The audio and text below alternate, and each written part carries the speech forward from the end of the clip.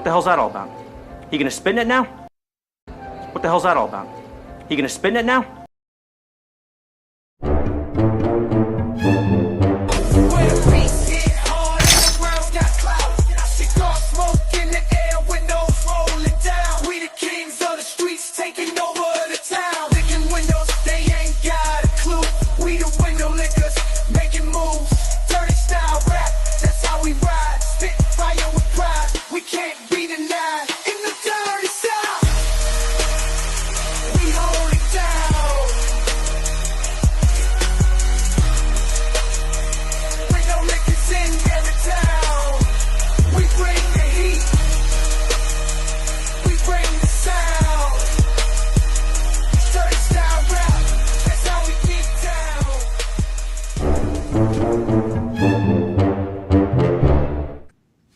And there's the glass break, and that means we're back to Window Lickers, the Monday night recap on a Tuesday with your host, the voice, Joshua Joseph, and one of his close friends here in the old IYH world, Kevin the Chaos Goblin Kalloway. That's you. There you are. And yes, fans, you see a third set in there. That is the boss of IYH, Alakan House. How are you doing, my friend?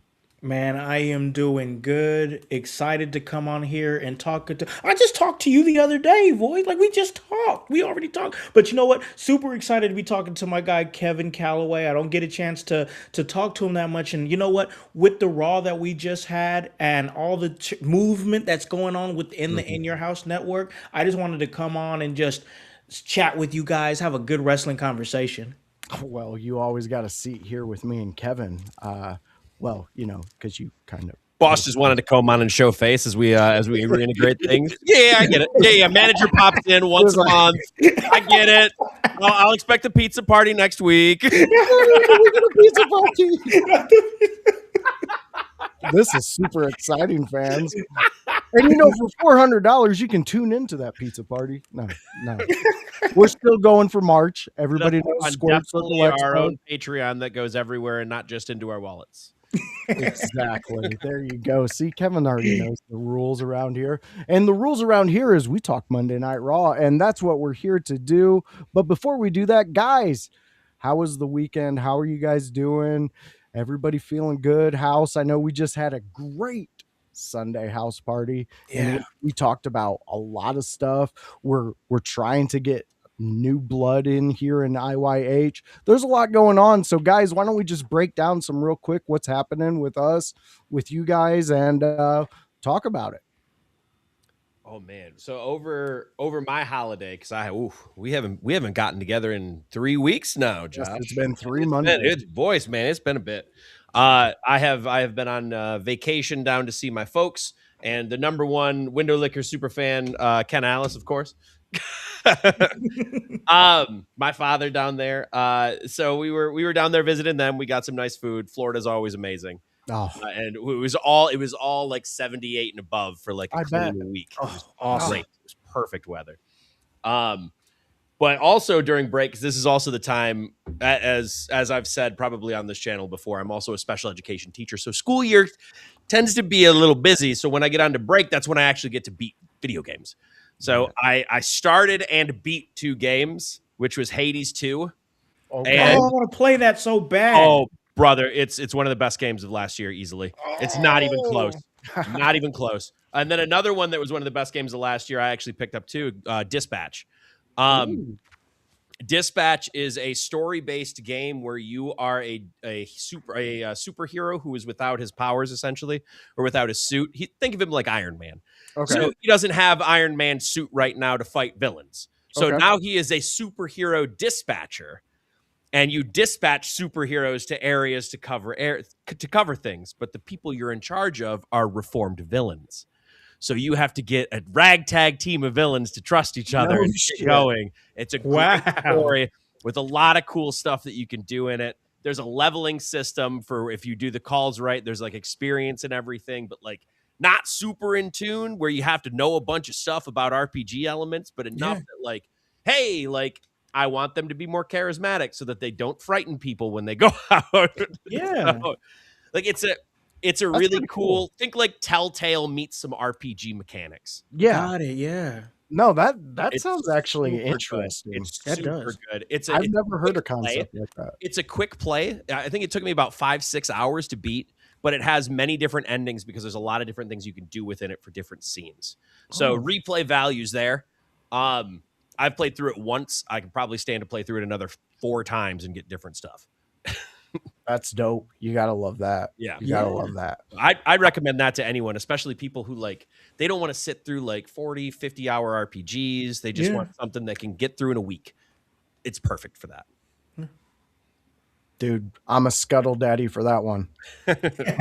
Scuttle for me. Scuttle for daddy. Go for me, daddy. House, anything that you got to get out there and let the fans know what you've been up to. Yeah, man. I mean, just getting on the other side of the holidays and stuff with the holiday rush. You guys know my shoot job and whatnot. And, I'm just so happy to be on the other side of that. Just because, like, there's so much exciting stuff going on right now for me. Like, my son just started working a few weeks ago, so he got his first job, starting to have money in his own pocket. You know, You getting a little less uppity yeah, yeah, yeah. now that he has a paid. Now that he's tired from work. Yeah. Yeah, man. It's wearing his ass out.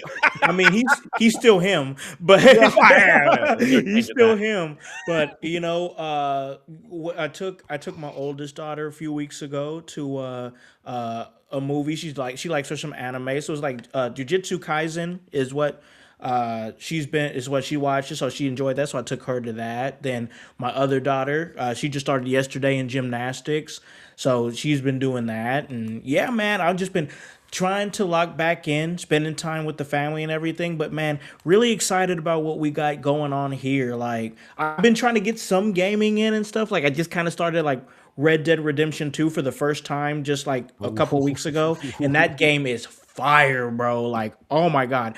I wish I would have got in on it when, it was new and it was the fresh game of the year, blah blah, yada yada yada. But still a great game, man. Like, just so much fun to play. So trying to kind of get my gaming in, but really focusing on what we got going here, because like I am super excited about like March. March is coming really quick with the Squared Circle Expo, and now we're cleared to be able to cover AEW events when they come into the general area, so that's great as well. And maybe they just announced that the G1 Climax was coming to Chicago, which is only the second time that the G1 Climax opening night has taken place in the United States. Only the second time it's ever happened. The first time was in 2019 in Dallas, Texas, and now it's going to be in Chicago. And I'm super excited because I really want to get the In Your House blue like footprint on there somewhere in some kind of way. I'm just excited for the future, man. Excited to be working with all of you guys, my homies, co-creators. Yeah, man, I'm in a good spot right now.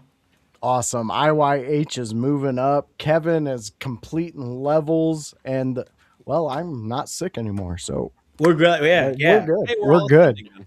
Yeah, everything's good. Everything's showing up IYH right now. Everything's coming up Millhouse. Everything's coming up Millhouse. Oh no. We all know the downfall of Millhouse. But anyways, so going forward, we're talking Monday Night Raw, and we're talking a little Stranger Things. They collabed on this past Monday Night Raw, which left a bad taste in some fans' mouths. Some fans enjoyed it. Kevin gave me some great insight before we went on air. So let's talk about it. Let's break into it first. Where are you guys at with Stranger Things? Are you guys fans of it? Have you seen it? Do you have kids who watch it? I personally, I haven't watched it. I will say that.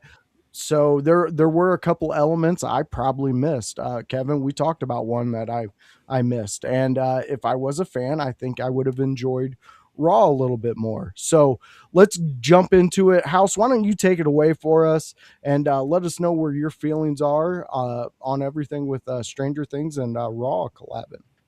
Yeah, so like when I initially knew that they were collabing with Stranger Things, I thought, well, my first thought was like, man, it's a little bit late because the series just ended.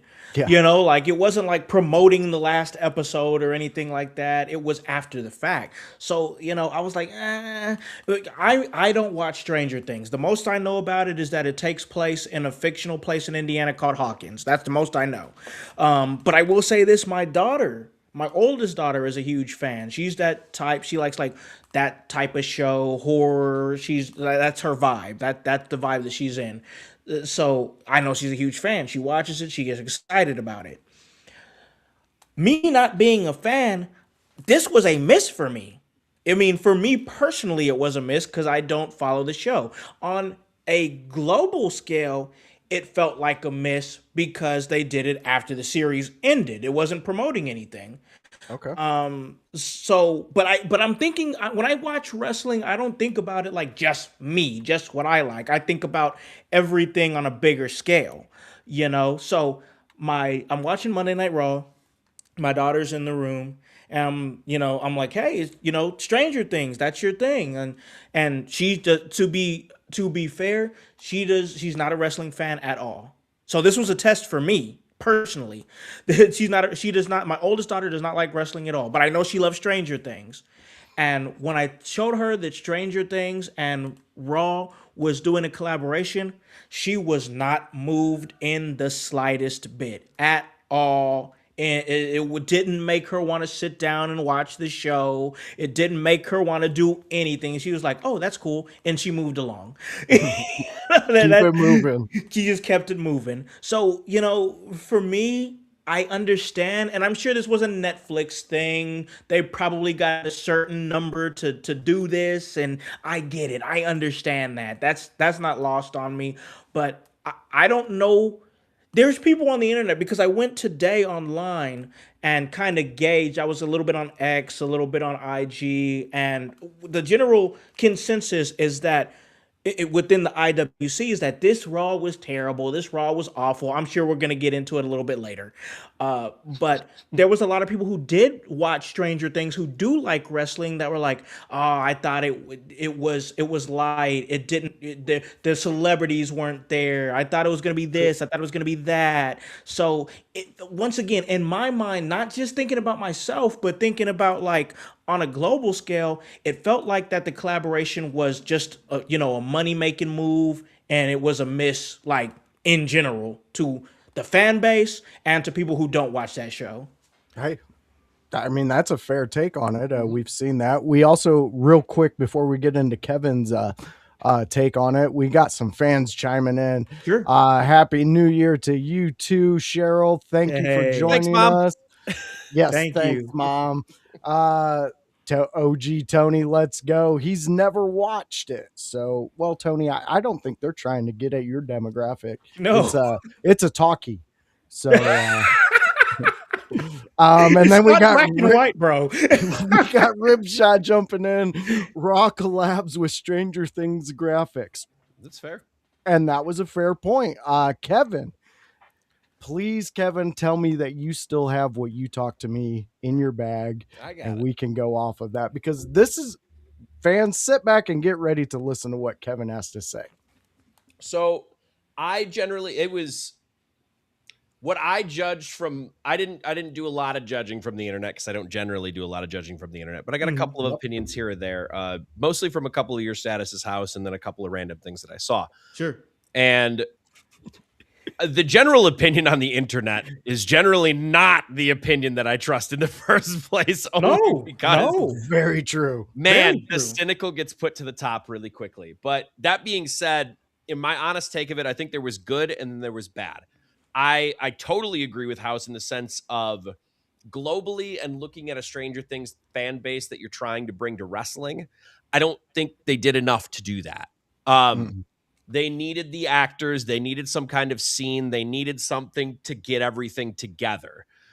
Because what we had was essentially a themed show off of Stranger Things for the wrestling crowd who already liked Stranger Things.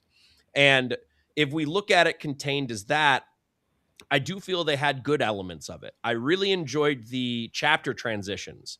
I thought those were well done for the most part. There was a couple of them I didn't understand here or there, but Mm-hmm. they felt like an opening to an episode of Stranger Things, because that is what would happen at the opening of a Stranger Things episode.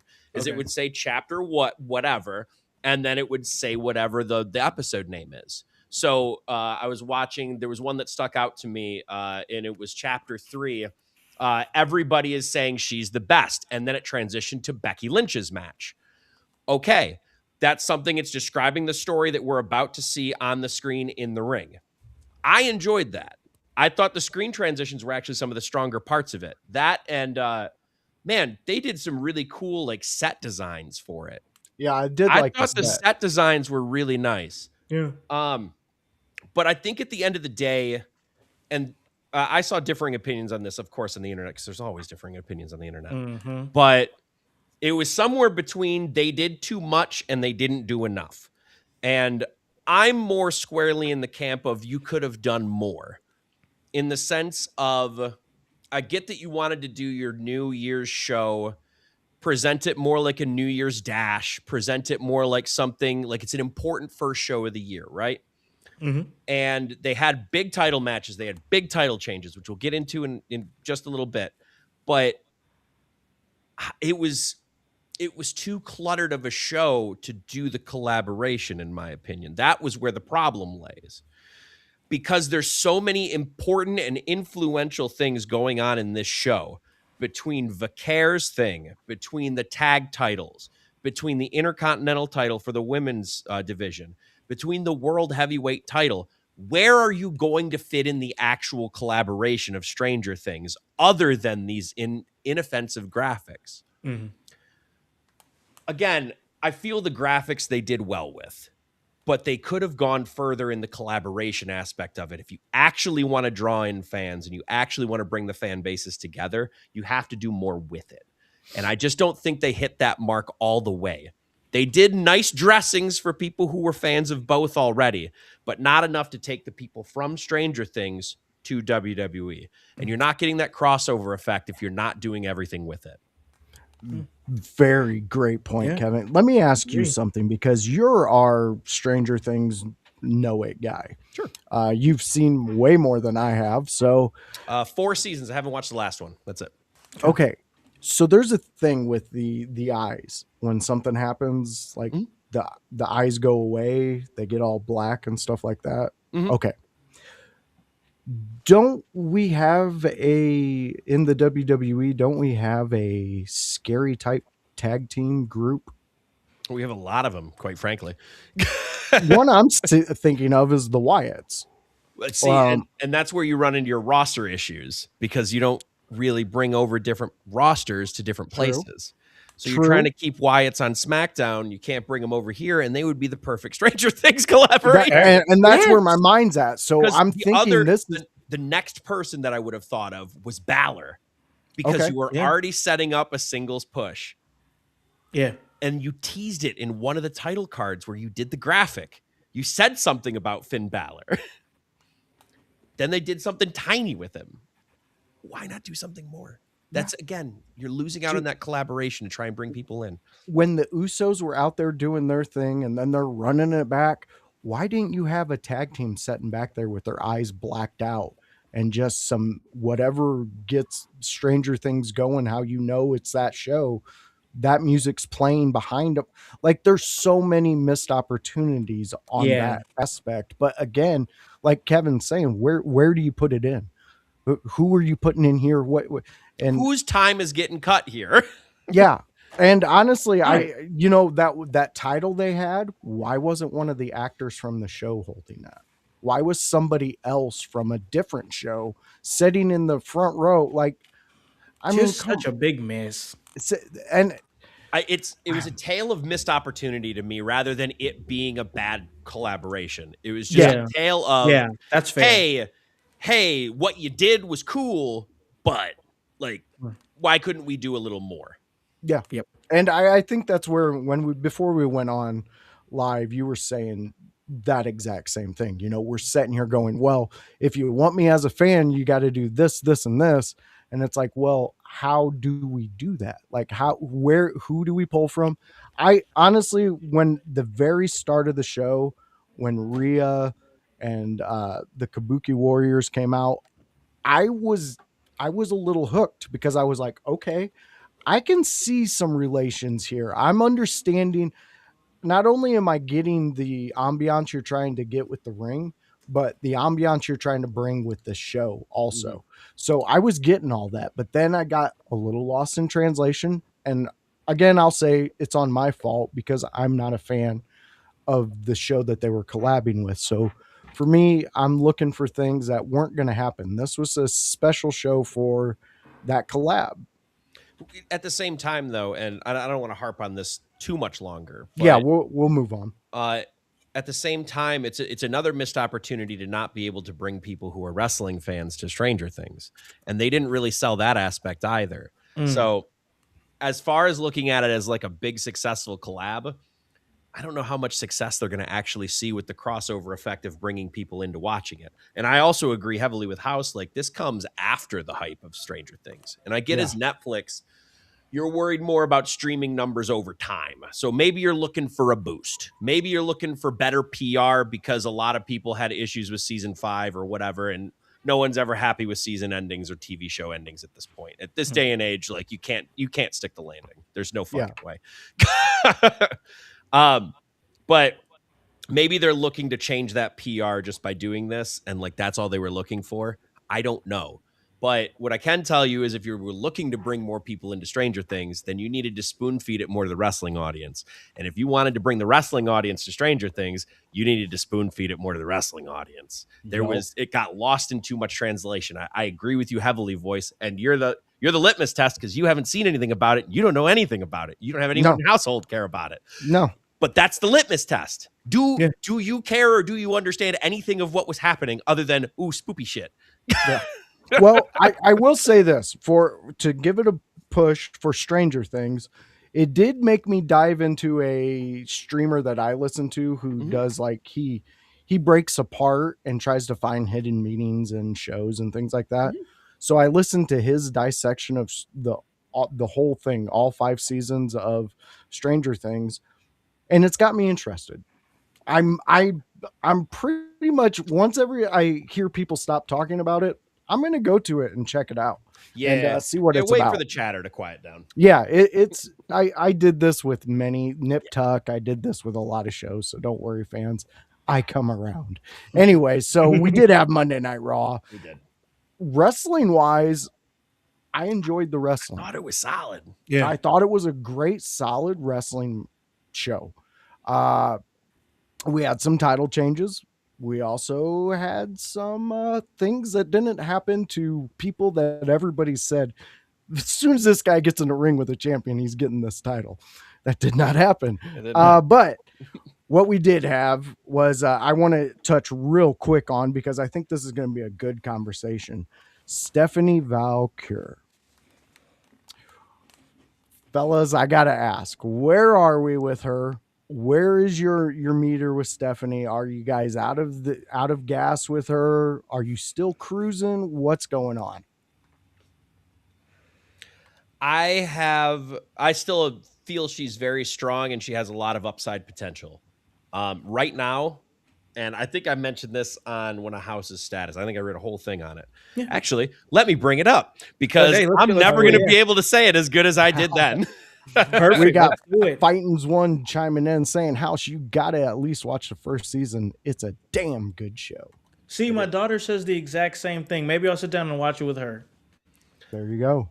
Okay, so on the status, it was basically responding to House. This was what you had posted. Yes. You're saying she's an incredible talent, but she has a boring personality. Yeah. Fair. And what I stated was, this is pretty common when people are crossing over from their native languages into an American television. It's the reason why a lot of non-American talent struggle to get over, especially as faces, because faces are expected to talk more to the audience and get them behind their side, as they can't really speak to the overwhelming crowd that watches the product in America. Despite being a worldwide product, we tend to only get the American opinion online as well, which is what we're reading because we only read English. I'm curious how South American countries feel about Vicaire right now and how over she is with them, though.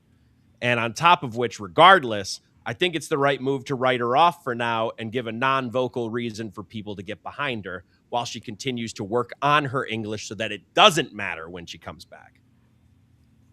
Yeah. And that's kind of where I was at. Yeah, no, for sure. And That's I think a great point. it's a great point. It really is. So here's my thing. Like, I've talked about Stephanie Vicaire for the last few weeks, and I understand Stephanie Vicaire, incredible in-ring performer, and everybody loves her. Whether you love her for her look, whether you love her for her in-ring work rate, or whether you just love her for the devil's kiss, she's a great, fantastic in-ring worker. But here's the thing that gets me, because as much as I want to like Stephanie Vicaire, as much as I want to get behind Stephanie Vicaire, when she puts a mic in front of her face, I feel nothing. When I see facial expressions that would call for her to maybe emote a little bit more, I see nothing. And don't get it twisted. I don't want anybody to get it twisted that it has anything to do with the fact that she's speaking in her native language. I absolutely respect that.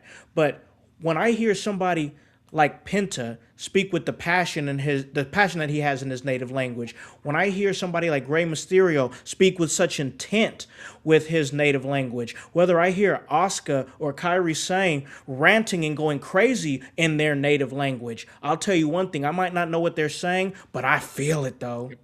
I feel it though. And the thing with Stephanie Vicaire, see that with Vicaire when she was switching in between a little bit. Now there's sparks of it, but I overall agree with you. She needs to put more into those words, regardless of who's understanding them. Yeah. More emoting and body language. And she does that when it's in her native language a little bit more than English. Because in English, it seems like she's still worried about what word comes next. Yeah. And I get that because it's not her language. Yep. She isn't as worried when it's in her native tongue, because in her native tongue, she's able to emote more with her face, put more movement into her shoulder. Like you literally saw it in the promo, both sides of it. Yeah. On the one on Raw, she'd speak in English and she'd stand still. But she spoke in, I don't know what she was speaking. I think it was Spanish. It could have been Portuguese. I don't know exactly where her language is when as relates to South America.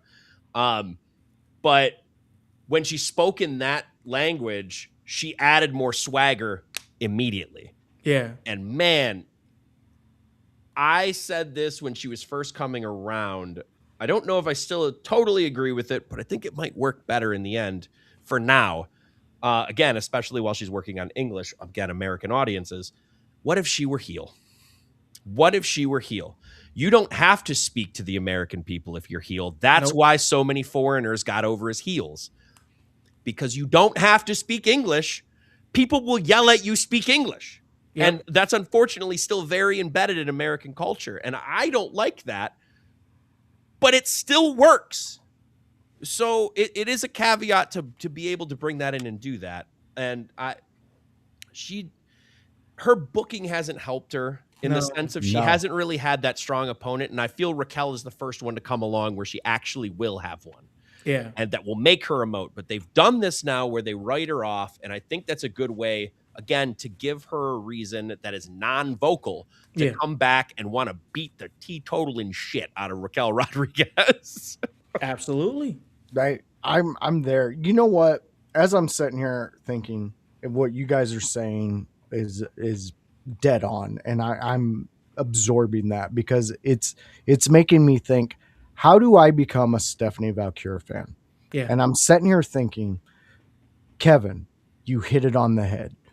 Put her as a heel. I don't talk English. Don't. Get a guy or a woman who is out there speaking for you. And anytime that you decide you speak, it's in your native tongue. Never leave it. You know what? I like that because we haven't really had a woman do that. Exactly. Nope. And when you do that and you introduce that piece of the puzzle, now that beautiful word of equality is now working beautifully because now we're seeing something. And now you're going, oh, okay, I can get behind her. Umaga. Look how many people got behind Umaga. There's fans out there. Like who have his tattoos, who do things umaga. Like, it's a style. Mm-hmm. When did the dude speak? I don't think he ever spoke. No. We don't. At least not did you- intelligibly. He yelled grunts. Yes. Did you need get a him lot to? of that? Yeah, but did you need him to? No. As the monster, Not as once. the beast he was, all you needed was grunts and moans and He was a yelling. wild animal, bro. Exactly. So do this with Stephanie, bro. I'm there, because now she can play with her face. Now she can emote emotion without saying a word. And now that's taking people like me in house and going, oh shit, I Yep. feel her. I want her can to prove feel- me wrong. I want that. Exactly. This is exactly where we come from in IYH when we talk about people like this, because ultimately I want Stephanie to prove me wrong. I want Ivy Nile to prove me wrong. I know Yes. she's not, Yeah. but I want her to. We never come these- from a place of hate. Exactly. We come from a place of wanting everyone to get up there. And then, oh, Freaking kid. Ivy Nile should win world heavyweight vacant title. First of all, that sentence structure is killing me. yes, well, his thought process is killing me. I had fortunately I've been an English teacher, so I can read that sentence. What a troll. Yeah, he comes in here trolling. But I mean, in the tiny backstage segment that Ivy Nile had yesterday, like, I thought she showed some of the most personality that I've seen in her tenure just by emoting. And, you know, I honestly hopefully- missed it. hopefully. But yeah, as far as like, I just saw the AEW releases, and I saw one of them was Alex Abrahantes, correct? Yes. Yeah. What yeah. if Vaquer had him? Ooh, hold on. Wait a minute. Hold on. You cooking now. He already has the experience with the crowd and everything. Oh, hold on. He why could not? enhance her a lot. Why not? You don't even, honestly, if you have someone who can translate her things, Yeah. you don't even need to make her heel right away. You can make it more over time. You don't have to just make a jarring change. Yeah. You can bring her back as a face, but someone talks for her. Think like Julia and Kiana James. Kiana James still has a job right now, I assume, because she wasn't really being used, but she has a job right now to translate for Julia, so that Julia doesn't really have to do all of the promos while she's still, again, learning English. Yep. And then that allows Kiana James to get more of her personality over, so that eventually when they split ways, hopefully both of them will stay and they can see some value in both. So if we can have something like that with an Abrahantes and anything like that, or an NXT call up, like anybody that can translate that language into English for the American crowd is going to be helpful. Yeah. You know what? Oh, sorry, Kevin. So I'm good. No, that's it. I was going to say, you know, it'd be humorous to me though. Is like you said, she doesn't have to go heel right away. Mm-hmm. What if her translator doesn't translate properly, intentionally? Listen, listen. At that point, we might as well just have Kai. No. Listen.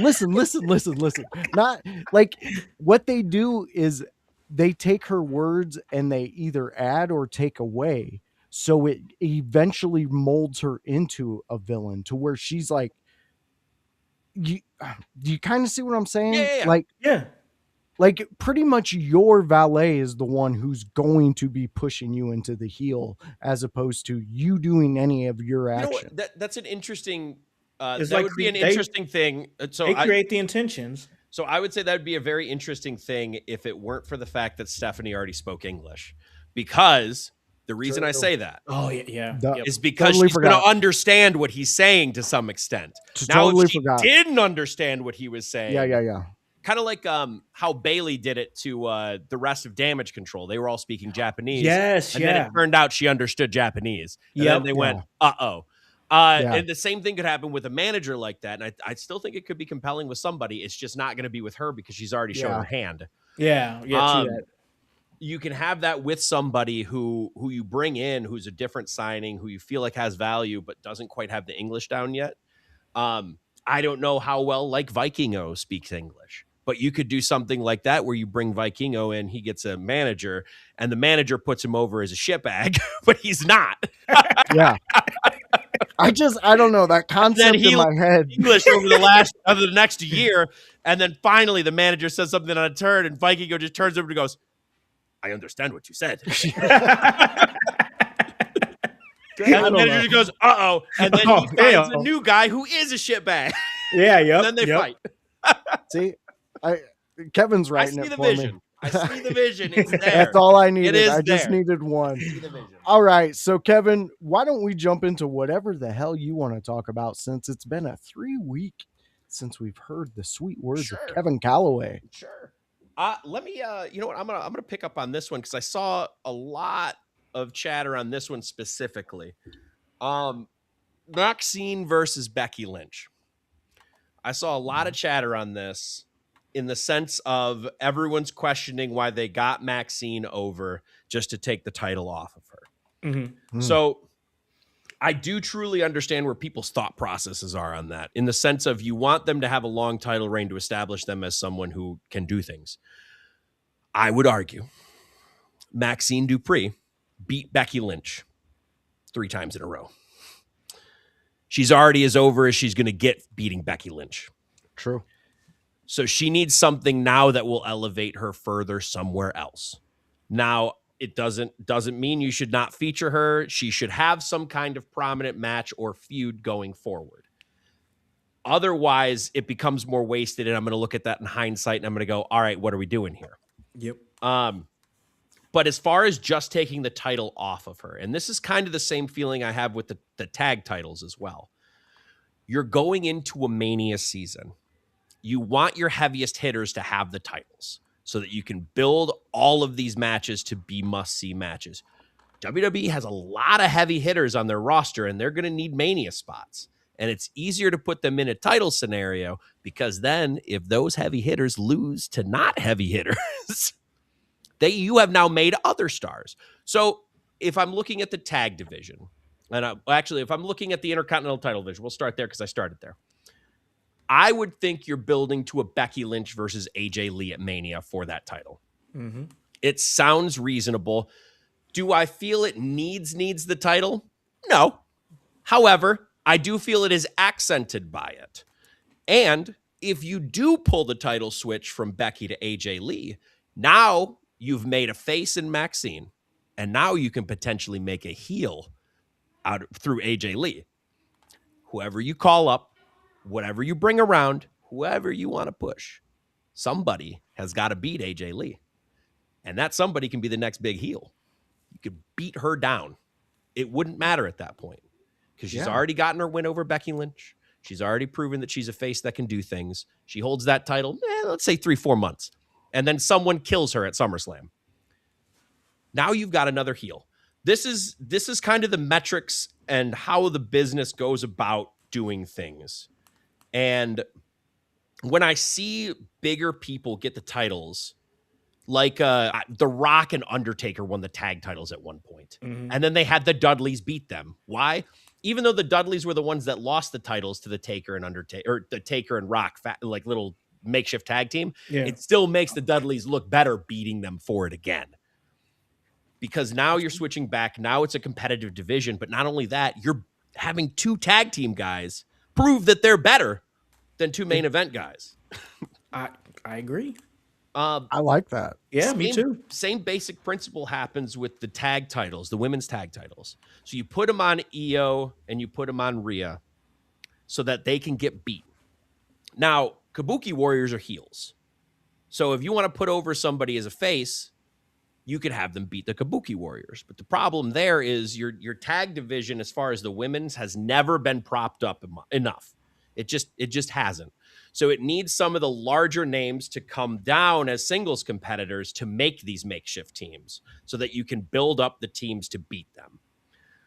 You do that, same situation as The Rock and Undertaker, right? Now you have Rhea and you have Io. Who I would suggest beats them is Lash and Nia.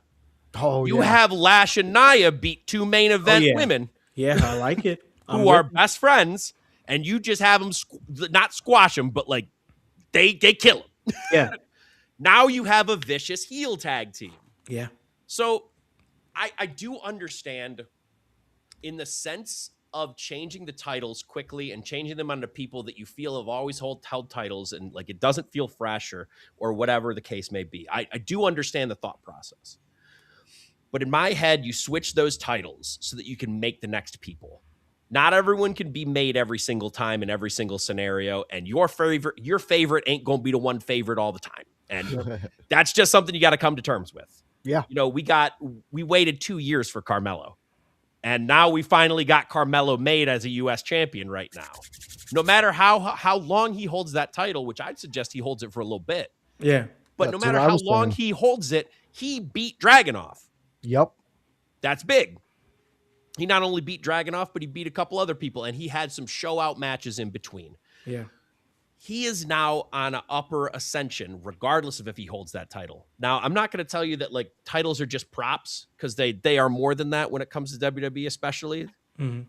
But that being said, you don't need a title in order to make you, unless the storyline dictates it. So like Drew wins the title for a short amount of time, feuds with Orton, yada yada. I think Drew does need to win a title here soon because otherwise his threats aren't as legitimate. Yep. And that's storyline and how it's booked. But like Bron Breakker didn't need to win the title tonight because he has proven every single time he walks to a ring that his threats are real. Yeah. Yeah. He really has. I know that kind of encompassed all the matches in one that we're going to kind of dissect a little more. But as far as just where I know I gave a lot of thoughts here and I've bogarted a little bit of the conversation, but I'll pass it off. Like, where are your thoughts when it comes to like these title switches that they make for Mania seasons? What do we see in the future for these titles now that we're seeing them change or stay in the same place? What's next? Because now we're getting into the season of speculation, boys, because we're getting into Mania season. Very true. Very true. Yep. Yeah. House, why don't you take it away? You're the guest. You got a nice thought process going on. Right on, man. So like I think about the title situation, and I think I've said it on this show before, and it rings true. I think we are outside of the window of long title reigns. We had Roman Reigns, who had a very historic reign. We had Gunther, who had a historic Intercontinental Championship reign. We saw long reigns with the Women's Championships. The Usos held the titles for the longest. That time is over. I think right now we're in a time where, you know, flip-flopping some titles is okay. You know, I still have questions about it, but like I understand because with Becky winning the Intercontinental Championship, it feels like it is the setup for her and AJ Lee. And I was more in the mindset of kind of like, oh, well, maybe keep it on Maxine because she's going to be able to answer challenges within the mid card. But then I look at it and I'm like, I think they're still in a mindset where they're still trying to build the Women's Intercontinental Championship. And I think that Becky Lynch versus AJ Lee at WrestleMania for the Women's Intercontinental Championship just looks good for the history of the title, that you can say that that match happened between those two. And then I also like the idea of the next big heel being made from defeating AJ Lee once AJ Lee defeats Becky Lynch for the title. And I think it's a good idea if you're going to have this championship and you're trying, it's a very new championship just in the last year, very new. And you're trying to put a little prestige on this championship. Of course, your first ever champion, Lyra Valkyria, and she's great, awesome. I love Lyra. You guys know I gush about Lyra all the time. But I think it's great for the legacy of this championship to have names like Becky Lynch tied to it, like AJ Lee tied to it, maybe eventually like a Bayley or a Natty. You know, you put a little prestige on that championship because look at the names that are attached to the men's Intercontinental Championship. So many prestigious names, so many legends have been tied to that championship. So you want to do the same thing with the Women's Intercontinental Championship. On the other side of things, if we can go to the Women's United States Championship real quick, I'll just stay with it to make that really short. I think that the best thing, if what they're doing is to set it up for Jordynne Grace, then I'm cool with it. I was a little confused at the time, but seeing that Jordynne Grace is moving around on SmackDown, I think she might be the one. But as far as like flip-flopping these titles, I like what Kevin said as far as like the women's tag team championships, because I made it very public and I said I'm not really for makeshift tag teams, but I also didn't think about the fact that you can have another tag team like a Lash Legend and Nia Jax who can come in and take it off of them. That makes them look legit. They take the titles. I think that's good. I see the vision now with that, for sure. As far as Braun Breaker not getting the title, once again, I think there's a lot of sense in saying the urgency for him to win the title isn't as high as it is for like Drew McIntyre. I 100% agree with that. 100% agree with that, because we've talked about it on this show a million times, a million times, that he's just talk. He don't ever get the job done. This and that, and that's That's exactly where it's what starting it to is. go. That's where it's And going. that's where I'm at with Drew. Like, Yep. I've proven time. I wanted it right after the Hell in a Cell.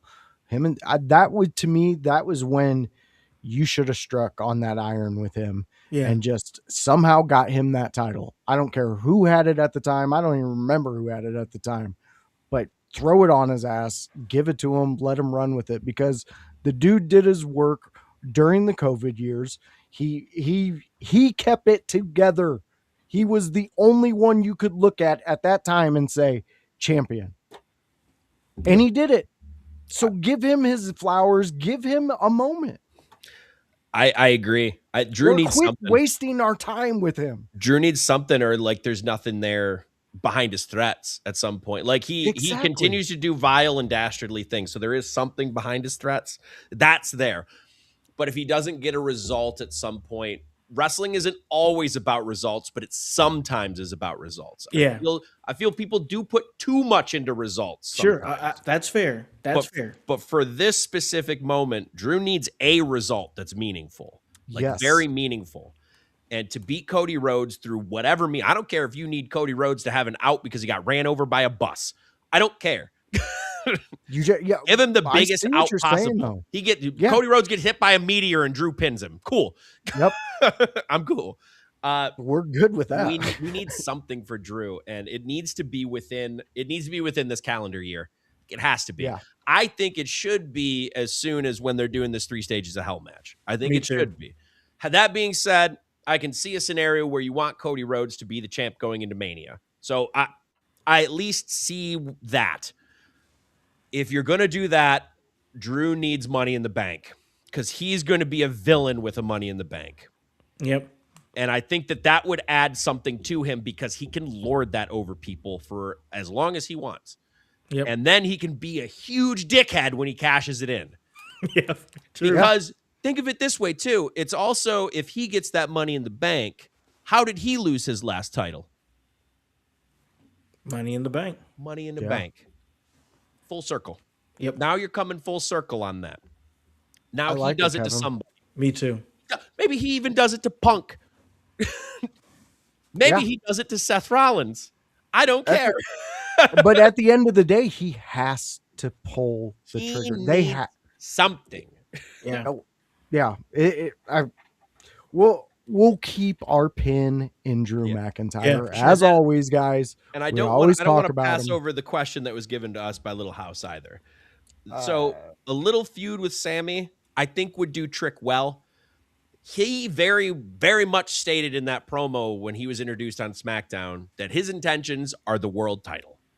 So if you are going to walk out there and state that your intentions are the world title, you need to be feuding with main event guys pretty quickly. I'm not saying you got to beat those main event guys, but you at least got to be viewed in the same picture as them. Yep. You got to be a thorn in their side until they got to give you a match. Yep. Yeah. That's some great insight on that. I love that. My thoughts real quick on the title changes. I always love a good story. So if you have a great story going around the title, you don't have to change it up. Right now, I think they have a bunch of little stories that they're trying to plant and trying to grow. So switching up titles, to me, even though my Kabuki Warriors lost their tag titles, it'll be okay because they'll get it back, and I'm okay with that. So yeah, that's where we're at. House, We Yes. always let the guest have a topic if they want to talk about anything. So throw something out, and we'll end the show with this topic. Okay. Oh yeah, I appreciate that, fella. So there was a couple of things I was thinking about when it came, because I know you guys, everybody gets a topic. So I was thinking about a couple of things, and I first off, I just want, this is not the topic, but I just want to say this.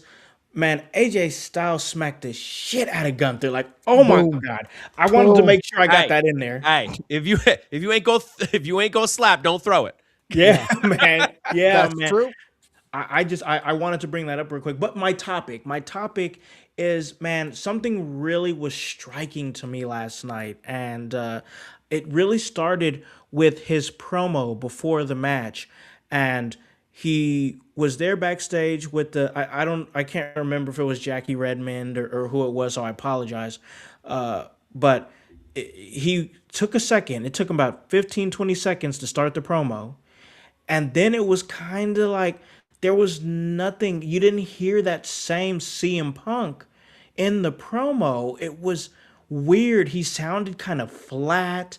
I don't like, and then he was kind of like messing up over his words, and then it kind of ended just kind of strangely. And I noticed, and I said to I think it was Zay, or maybe it was my wife. I can't remember, but I was like, something is off about Punk tonight. Something's off about him. And then the match happened, and it just continued to put inside my brain, something's off about Punk tonight. I can't speak for what it is. I'm not a doctor. I'm not anything like that. But it just felt like CM Punk was really off his game. And I know conversations have been had about him wearing shirts during a match. And then he trolls Kevin Nash and has a shirt under a shirt. And is he losing his steps? His matches aren't hitting like they used to. My topic is this: how much more time do we have with CM Punk and have his steps slown? With age, yeah. all performers step slow. So I'll lead there. I'm Yeah. gonna guess 2 to 3 years in ring. That's my guess. Okay. As far as on top, probably about a year and a half. Okay. He has enough of a work rate and enough to get around, but at some point, everyone's going to move faster than him. Much like we saw with some of Cena's matches. Yeah. We're just faster than him, and that's fine. He was 50 years old. Like, Yeah. you can't expect a 50-year. I didn't expect Ric Flair to keep up with Shawn Michaels. Yeah. Like, this is True. not going to happen.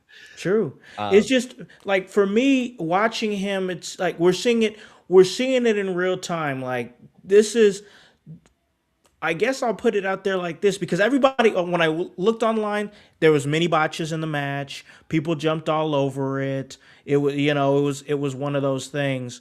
But it was alarming to me to see, like, this is the match that is supposed to be your big match for the year anniversary. Everybody is like, oh, this could be Breaker's moment, but no matter what happens, this match is gonna bang because Punk knows how to tell a great story in a ring, and Braun Breaker is one of the most explosive competitors in the WWE right now. So all the makings for a great match, and I think it fell flat. I saw a lot of opinions, not a lot, but I'll say a decent amount, that were saying CM Punk, his time has passed, and simultaneously saying Braun Breaker showed that he wasn't ready for the spotlight, for the main spotlight. That was a lot of the takeaway. Now, I'm not ringing those opinions. I'm Right. just bringing them out there to, that's what the consensus was between a small part of the I mean, IWC. People have been saying that Punk is washed for the last 3-4 years. So Right. Yeah. at this point, I don't even take those opinions into account, because everyone likes to jump on Punk about everything. And am I telling you that it's the same CM Punk from 2008, 2010, pipe bomb era stuff? Like, no. Oh, I would no. never claim that. That being said, I've noticed his work. Ospreay did this. I'll use him as an example because the IWC loves Ospreay. Ospreay, when he was in NJPW, when he was in New Japan, he had a very oh my God, we got to go style. You see the matches in the Super Juniors with Ricochet. Yeah. You see all the matches in the Super Juniors where they were dropping each other on their heads. Their shoulders were getting dislocated and put back into place. They were beating the holy high hell out of each other. What happened when Ospreay moved into the heavyweight division? He slowed down. Why did he slow down? So that he didn't get injured in a main event scenario. When you get older and your body gets broken up, that bump card comes back. And when that bump card comes back, you don't have a choice but to listen. Punk came back after years off. And if you take years off, generally the calluses that you've built up by falling onto that ring over these years goes away. He probably was feeling a lot worse in those first matches in AEW. And then he came back to WWE and he's like, I can play it even safer here. Yeah. I have less to prove in WWE than I do in AEW, which I think is a valid mindset. That doesn't mean he isn't trying. It means that he's trying to slow down. Yeah.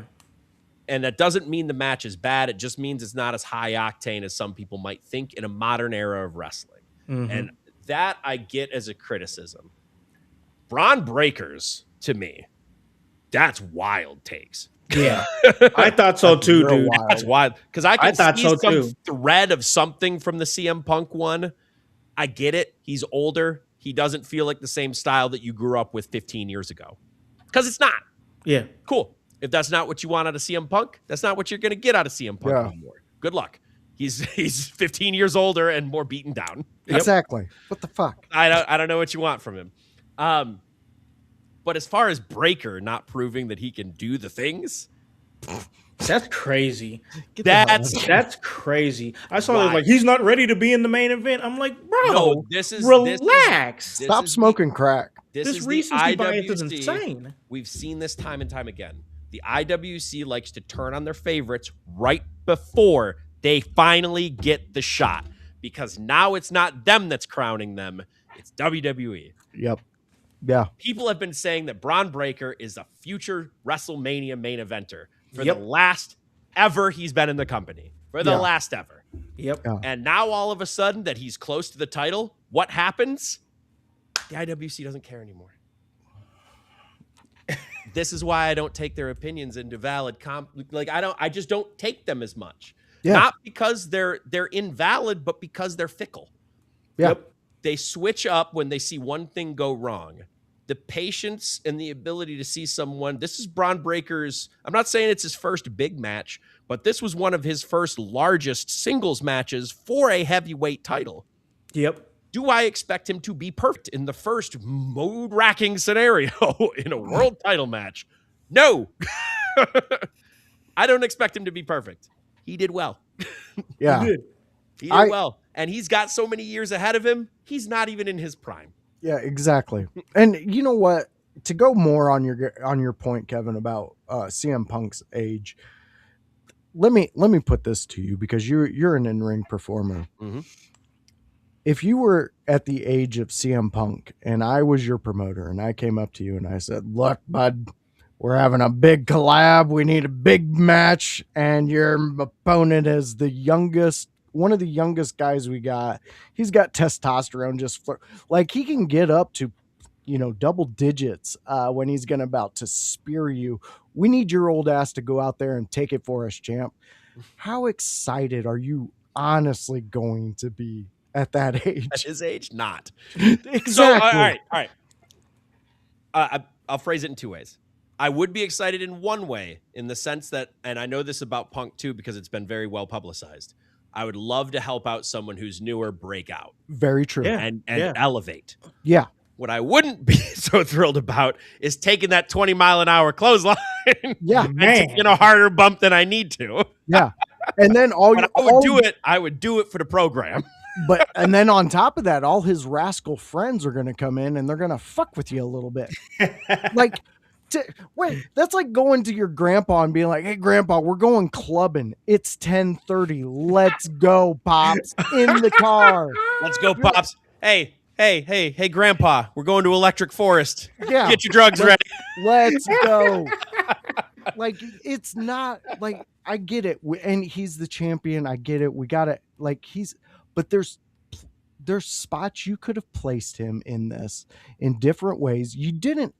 Who the hell was wanting Braun Breaker's title match to be on a Monday Night Raw during a collab where it's all mixed? No, we want that to be a special night when he's out there and finally getting the chance that we've been all yelling and wanting to see. You want to make it about that, not about a bunch of things. So I can understand CM Punk if his body was not feeling up to it. I seen exactly what you're talking about, House, because I was watching it. I'm like, dude, this is not. The ending was what sealed it for me when it was just a odd, just ending. Yeah, There was no close. That's not CM Punk. You know what I actually thought the most egregious thing in the match was, and this may have flown over other people's heads, but it didn't fly over mine. The finish was fine to me. It did what it needed to do. Was it the most amazing finish? No. But it got the point across on a TV show. What I thought was really wasted was that Punk hit Heyman. Punk has now gotten his retribution. All of the heat is now off of Heyman for everything he did to Punk because Punk just punched him in the face. That's 100% true. We blew all of that away. Yep. On a random Monday Night Raw. Yeah. Not on a pay-per-view. Nothing. Now all the heat is off of Heyman, in theory, because now Punk got his hands on him. Yeah. That's the old manager role. Yep. That's the old manager rule. You don't hit the manager until it's time for this feud to be over. Yep. So unless this feud is over, which I suspect it isn't. I don't think it is either. Then I feel we've wasted the manager spot here. Yeah.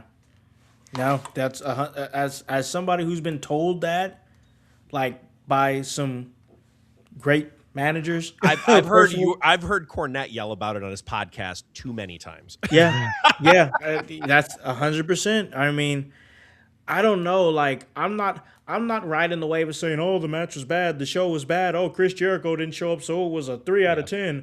Like I'm not with that. I don't subscribe to that. But yeah, just something that.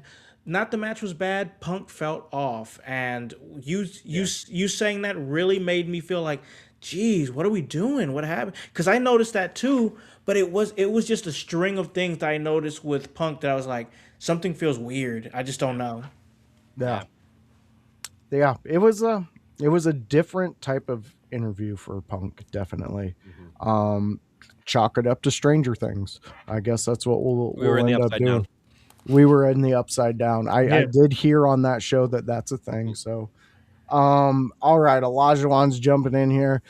Let's see what he has to say. And they were probably trying to do anything to get a pop for the match. I mean, they got plenty of pops within the match, I would argue. But the other one that he stated, that they weren't doing a great job keeping the narrative between Punk and Heyman, I semi-agree with that in the sense that they weren't doing enough to remind people that Heyman was the one that screwed Punk over. Yeah. It was Heyman and Rollins. It had nothing to do with Braun Breaker. Mm. Braun Breaker wasn't around in the vision. There had nothing to do with him at Mania. Heyman is the architect of all of this bullshit. He is. Not Braun Breaker.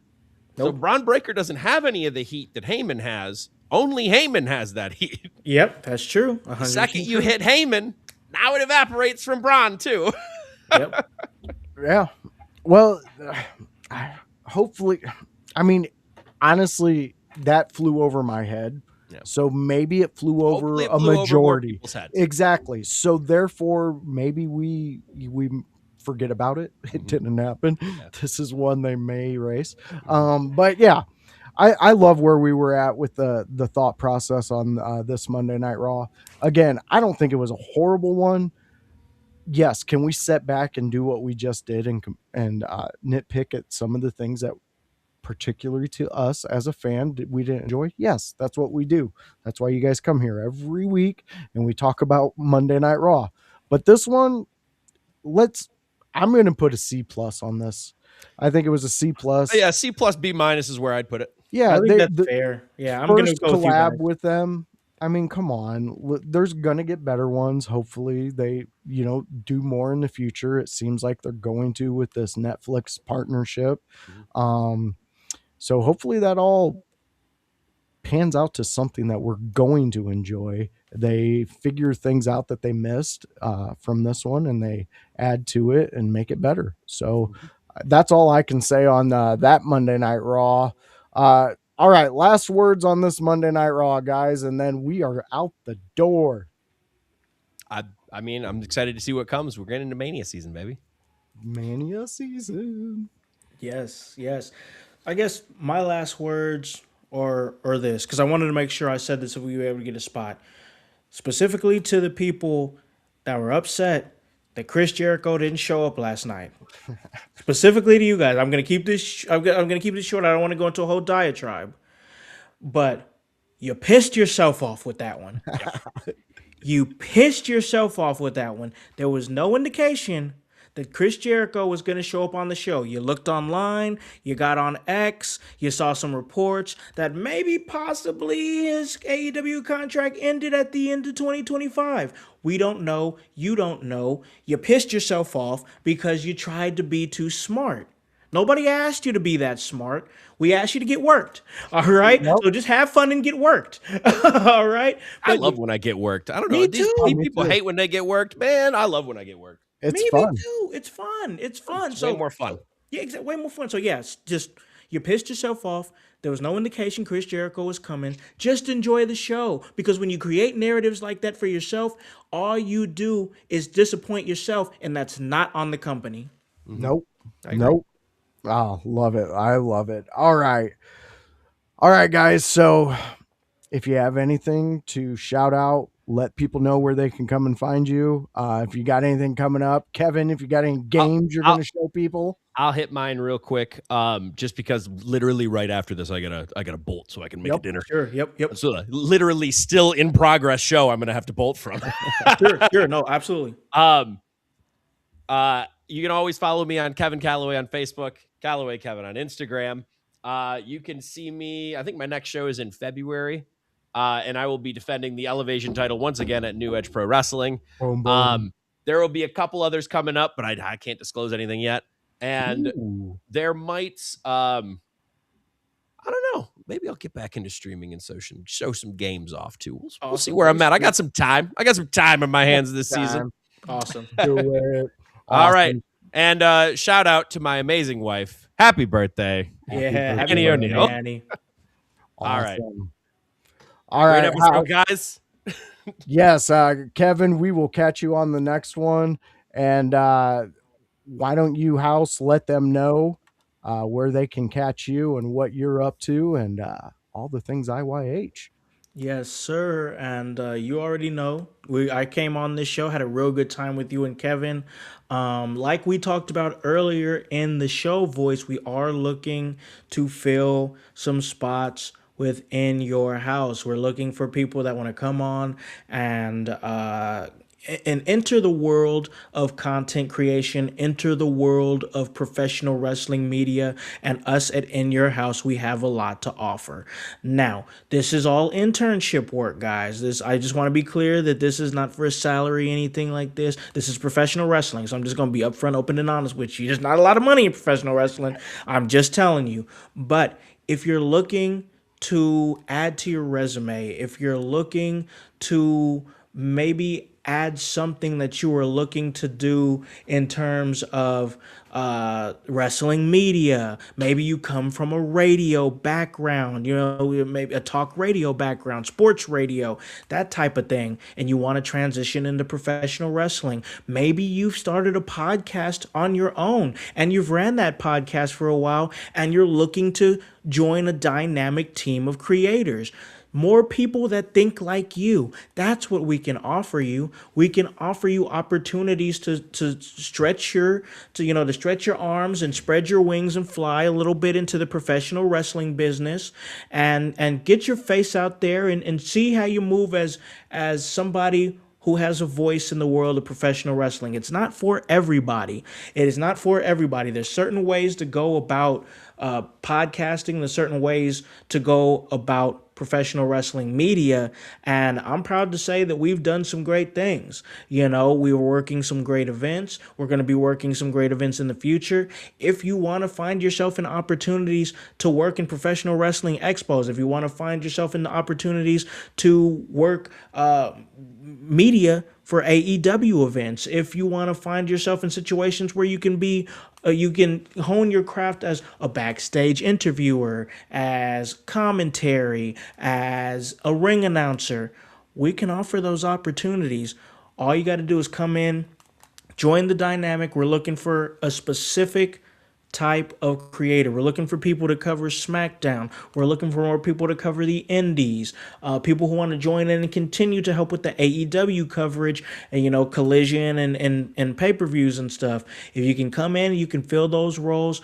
We are looking for you. Also, we are looking to up our social media footprint by finding a social media manager. If you are good at timely posting memes, news updates, thought pieces, please contact us. I've got a couple of people right now that we're kind of working into rotation, and we're going to keep sharing that through the rest of the week, because after Friday, we're not going to be taking any more new applicants. That's going to be it. We're going to see what we're going to see who we're working with, and we're going to bring you guys in for some auditions, some opportunities to see how you work with the team. Once again, we have big things coming up in the down the line, such as the Squared Circle Expo in March at Indianapolis, and it's going to be a big event. March 27th, March 28th, we're going to be doing that. You know, we're looking at opportunities like doing more media for AEW events now that we've got approval for credentials. Anytime they're coming around in our area, we're going to need people to help with interviews, to help cover the events. That's what we're looking for. We're looking for dedicated people, and we understand real life happens. And when you join this team, you will get a good sense of that. We understand real life comes first. So if that's an issue or a worry for anybody, that is always number one, that family comes first and real life has to come first. But if you're looking to up your trajectory, if you're looking to have those opportunities to be a social media content creator, we can offer that up. We have a great audience. We have a great following on our podcast. We're just looking for eager people who fit our vibe. And really right now, that's all I've got. Awesome. Yes, fans. So if you really want to be a part of IYH at UC and you do what we kind of do, or, you know, you definitely do what we do, check us out, man. It's a fun team. We've had so many great content creators come through IYH just since I've been here. And everybody always is there for each other. The whole thing about family comes first. Trust me when I say the last 3 weeks is because of family that you haven't seen me and Kevin. If it wasn't for family and issues going on there, you guys would have seen us. We took that time, and House understood. He said, you guys take care of yourselves. You take care of your family. The show's going to be there. So come join us. Come have some fun. It's a fun experience.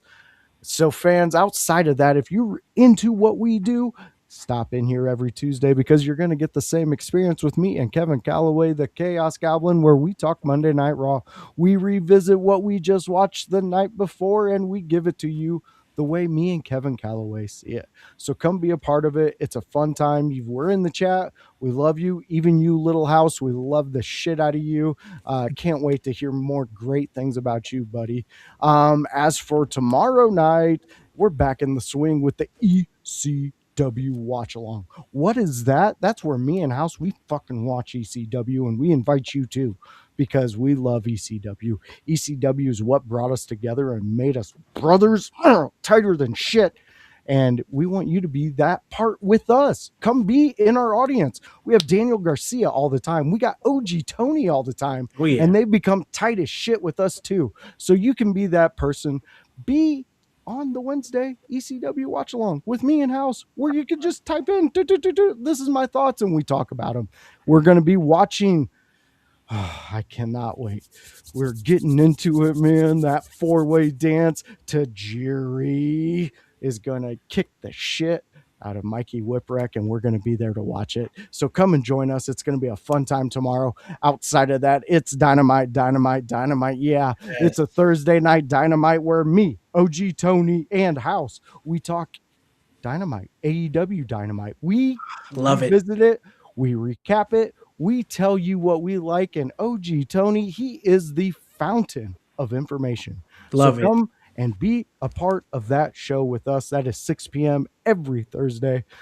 Outside of that, fans, I get a little weird on Saturdays and I talk conspiracies. I talk rabbit holes. I talk anything that goes boop, bang, and creepy crawly through the night. That's me. It's a Stranger Things with me. No, that's not the show Stranger Things. I'm just trying to connect everything, but it's me. I'm going to be talking conspiracies and you're going to be having fun with it. We are going deep into the Warren Buffett. Oh, yes, he does run what I do for a living. So we're going to get into it and see if the voice can dip his toes in the devil's water. It's going to be a fun time. So I invite you to come and play with me and have some fun because it's the Window Lickers and IYH are dipping into conspiracy theories, and it's going to be a fun time. I will be your host, and I invite any of you to come and join me and have some fun. So for me, for House, for Little House, for Kevin Kalloway, for everybody, OG Tony, we love you too. Let's make 2026 IYH famous. So everybody, we love you and thank you, and we will catch you on the next one. Peace.